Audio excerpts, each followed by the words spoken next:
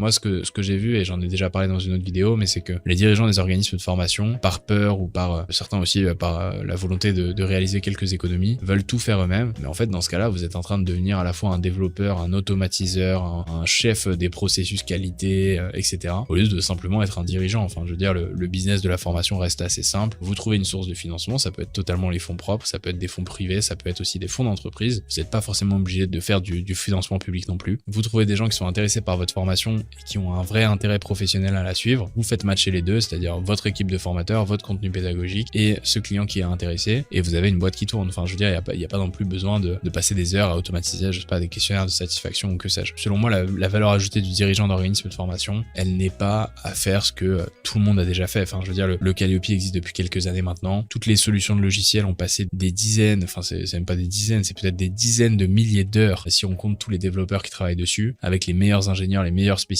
pour faire des logiciels qui marchent.